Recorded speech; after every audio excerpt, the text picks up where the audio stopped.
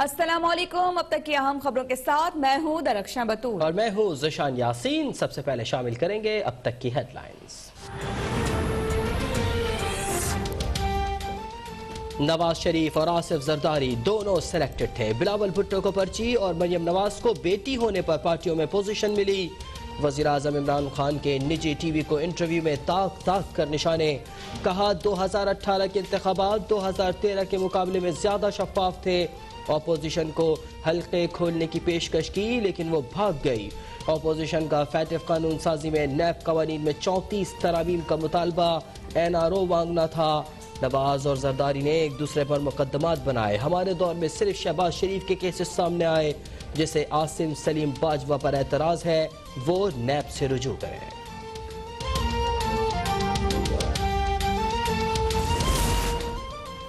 वज़ीर आज़म इमरान खान इंतखाबी वादों पर कायम। कहा 5 साल में 1 करोड़ से जायद नौकरियां भी देंगे और 50 लाख से जायद घर भी।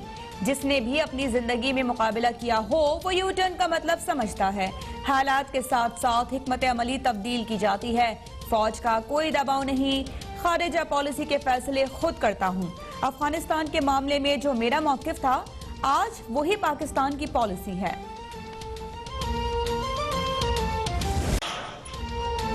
कोरोना की फिक्र ना अदालती अहकामात का ध्यान। मुल्तान में PDM के पावर शो से कबल सियासी तूफान। अली मूसा गिलानी की क़यादत में जालों की अलगार। रुकावटें हटाने और ताला तोड़ने के बाद कासिम बाग स्टेडियम पर कब्जा कर लिया। पीपल्स पार्टी, नून लीग और JUI के कारकुनों ने स्टेज की तैयारी शुरू कर दी। मूसा गिलानी ने वाज़ेह कर दिया कि जलसागाह 2 दिन तक हमारे पास रहेगी। इंतजामिया और पुलिस दूर रहे तो बेहतर है। और जिसने आज मुल्तान के अंदर फसादुल अर्ज फैलाने की कोशिश की, कानून उन हाथों को रोकेगा। पंजाब हुकूमत का मुल्तान में कानून हाथ में लेने वालों के खिलाफ सख्त कार्रवाई का ऐलान। फिरदौस आशिक आवान ने कहा कि इंतजामिया से उलझने वाली कठपुतलियों को नहीं छोड़ेंगे। रियासत की रिट को चैलेंज करने वालों के चेहरे सामने आ चुके हैं। PDM सरेआम अदालती अहकामात का जनाजा निकाल रही है। दंगा फसाद करने वाले ताकतवरों को कानून के ताबे लाएंगे और आवाम को कोरोना से बचाएंगे।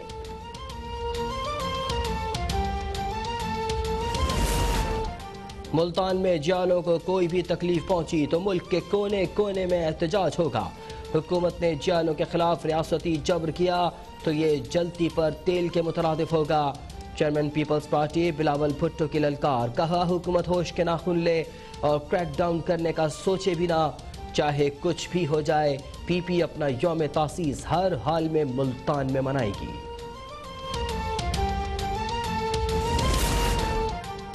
वफाकी वज़ीर इत्तलात शिबली फराज ने अपोजिशन को कौमी मुजरिम करार दे दिया।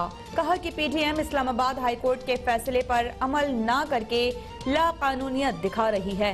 पीपल्स पार्टी के रहनुमा सईद खनी बोले कि सिलेक्टेड समझ लें आमिराना हथकंडे कभी कामयाब नहीं होंगे। गिरफ्तारियों से लोग डरते नहीं बल्कि ज्यादा जमा होते हैं। अब्दुल गफूर हैदरी ने वाज़ेह कर दिया कि जलसा रोका तो कंटेनर उठा कर फेंक देंगे।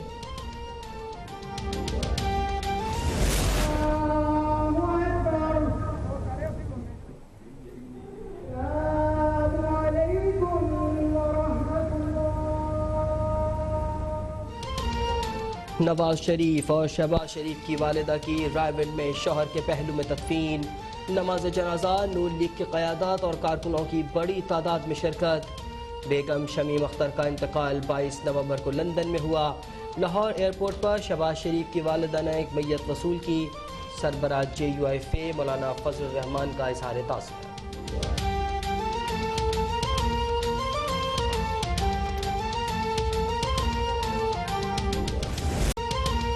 पाकिस्तान में कोरोना की दूसरी लहर, मजीद 45 जानें निकल गई। 24 घंटे के दौरान 3045 अफराद में जानलेवा वायरस की तस्दीक। मुल्क में कोरोना के जेर इलाज मरीजों की तादाद 46,861 हो गई। सिंध में 18,000, पंजाब में 16,000 से ज्यादा एक्टिव केसेस, KP में 3,500 से ज्यादा मरीज मौजूद। नून लीग की सैनेटर कुलसूम परवीन भी कोरोना में मुब्तला।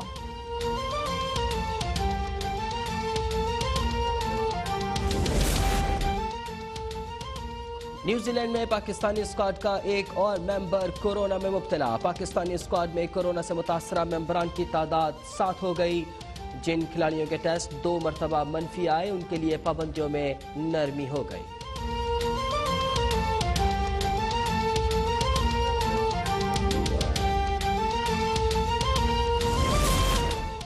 कौमी क्रिकेट टीम के कप्तान बाबर आजम पर खातून के संगीन इल्जामात। बाबर आजम ने शादी का झांसा देकर 2011 में घर से भगाया। गुलबर्ग और पंजाब सोसाइटी में साथ रहते रहे, लेकिन अब शादी से इनकार कर दिया और जान से मारने की धमकियां दी। लाहौर की रिहायशी हामिजा नामी खातून का दावा। प्रेस कॉन्फ्रेंस के दौरान खातून 10 साल पुराने स्कैंडल का कोई सबूत पेश न कर सकी।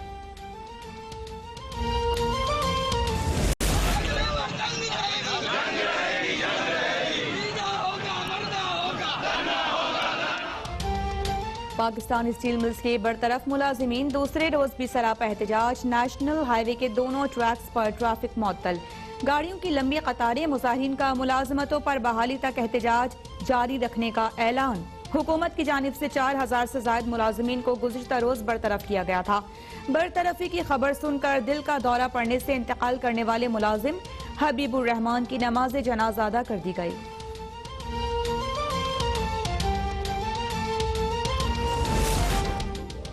बेरहम हुकूमत ने स्टील मिल्स के 4500 मुलाजिमीन को बरतरफ कर दिया। पीपल्स पार्टी स्टील मिल्स के तमाम बरतरफ मुलाजिमीन को बहाल करेगी। चेयरमैन पीपल्स पार्टी बिलावल भुट्टो का रद्द-ए-अमल। कहा कि मुलाजिमीन के बजाय इमरान खान को बरतरफ होना चाहिए।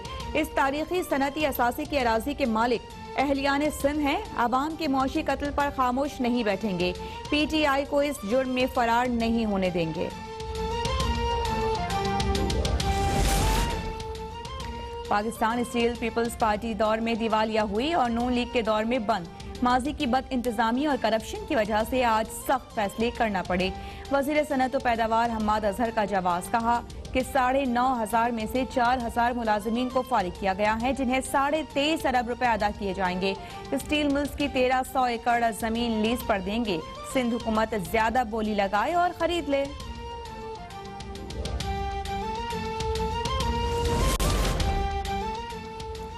कोशिश है आइंदा 4 माह में शिमाली सिंध के लिए तरक्याती मनसूबाबंदी की जाए। माजी में सक्खर को नजरअंदाज किया गया। सिंध के तीसरे बड़े शहर में पीने का साफ पानी तक नहीं। विफाकी वजीर असद उमर का सक्खर में तकरीब से खिताब। कहा कि आखिर क्या वजह है कि बाकी मुल्क में आटा सस्ता और सिंध में महंगा है। वजीर आजम इमरान खान चाहते हैं कि पाकिस्तान के हर शहरी को तरक्की के बराबर मौके मिले।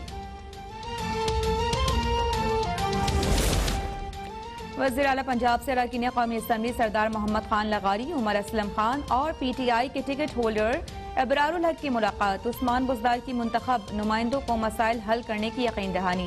कहा कि माजी की हुकूमत ने शोबाजी ज्यादा और काम कम किए। नया पाकिस्तान मंजिल आसान प्रोग्राम में 14 अरब रुपए देही इलाकों में खर्च होंगे।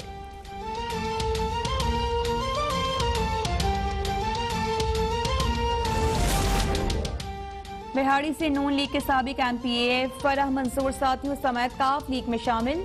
नवाज शरीफ का बयानिया फौज और मुल्क के खिलाफ है। फराह मंसूर की चौधरी परवेज इलाही से गुफ्तगू। परवेज इलाही ने कहा कि जनूबी पंजाब की महरूमियां दूर करना हमारी सियासत का मकसद है। हमारे दौर में जनूबी पंजाब के लिए खुसूसी पैकेज दिए गए।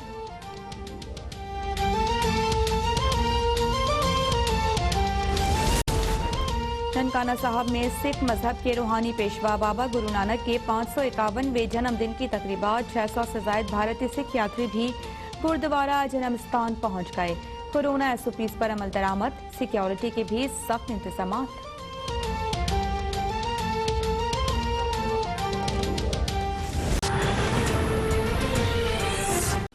Welcome back. और बुलेटिन के आगाज में सबसे पहले आपको बताएं कि वज़ीर आज़म इमरान खान ने आसिफ जरदारी और नवाज शरीफ को सिलेक्टेड करार दे दिया। वज़ीर आज़म का निजी चैनल को इंटरव्यू में कहना था कि इन दोनों ने ही एक दूसरे के खिलाफ मुकदमात बनाए। हमारे दौर में सिर्फ शहबाज शरीफ के केसेस सामने आए, किसी को आसिम सलीम बाजवा पर एतराज़ है तो वो नैब से रुजू कर सकते हैं। आसिम सलीम बाजवा को उनकी सलाहियत और तजुर्बा देख कर जिम्मेदारी दी। किसी साबिक फौजी अफसर को जिम्मेदारी देने का मतलब फौज का दबाव नहीं होता। वज़ीर आज़म ने यह भी कहा कि जहांगीर तरीन पार्टी रुकन नहीं रहे और ना ही कोई ओहदा है, उनके खिलाफ तहकीकात पर असरअंदाज नहीं होगा। एहतसाब के कवानीन किसी सूरत तब्दील नहीं होंगे। लोगों को 1 करोड़ से ज्यादा नौकरियां और 50 लाख घरों का वादा 5 साल में पूरा होगा। पाकिस्तान को फलाही रियासत बनाना मेरा नजरिया है। इस मकसद के लिए एक तरीका नाकाम होगा तो दूसरा इख्तियार करूंगा।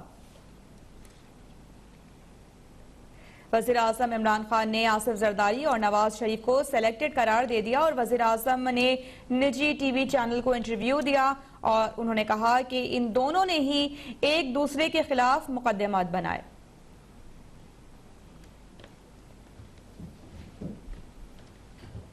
नाइजर में मुनक़दा OIC वज़राए ख़ारिजा काउंसिल के 47वें इजलास में पाकिस्तान की बड़ी सफारती कामयाबी। भारत का प्रोपेगेंडा नाकाम हो गया। मकबूजा कश्मीर और इस्लामोफोबिया के हवाले से पाकिस्तान की करारदाद मुत्तफ़िक़ा तौर पर मंजूर कर ली गई। मज़ीद जानते हैं राशिदा सियाल से। जी राशिदा।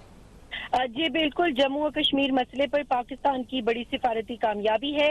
नाइजर में OIC वज़राए ख़ारिजा इजलास में मसला कश्मीर पर पाकिस्तान को भरपूर हिमायत हासिल हुई है।